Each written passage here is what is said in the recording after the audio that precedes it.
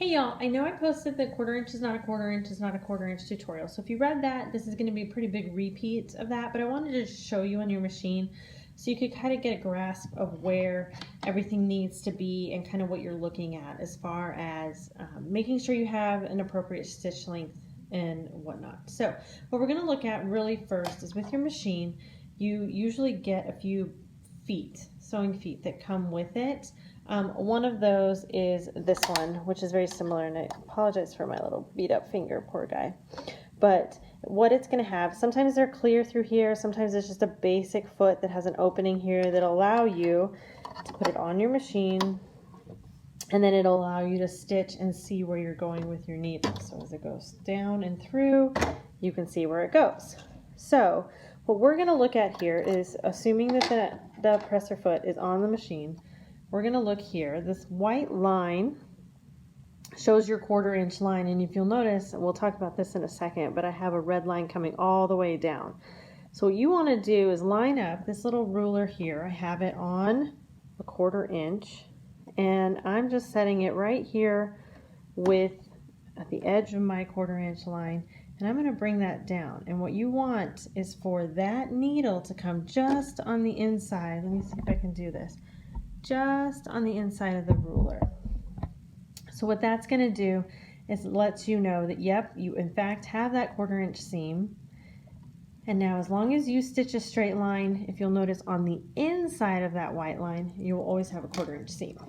One other thing that you can purchase, I got this off of Amazon. I think they range anywhere from $3 a presser foot to upwards of 10 to 12, but this is called a quarter inch presser foot. So what it is it goes right on there, and if you'll notice, it's got a guide that is attached to it that keeps you at a quarter inch at all times. So when you're on here, it's my lifesaver. I love it.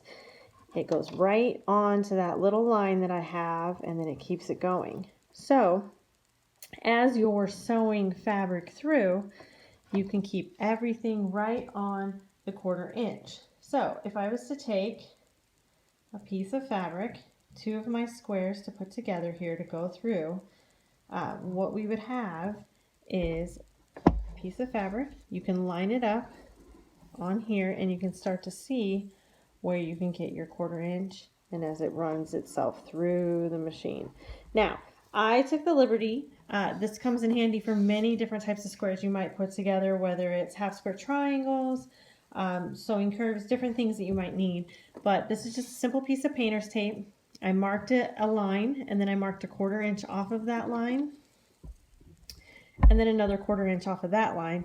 But the middle one, you want to line it up right here with your quarter inch. So as you're sewing longer pieces of fabric through, you can keep your quarter inch nice and straight as you roll through.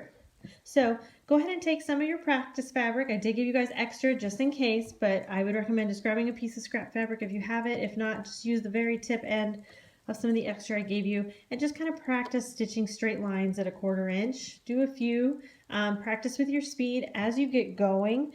You know, your speed could be anywhere from 2 miles an hour, just simple to super speedy, but I recommend not going super fast because that's where you kind of get out of control. Just remember, when you first started to drive a car, you probably were a little apprehensive, and then every so often you'll hit the gas and kind of scare yourself. You're going to do this on your machine too.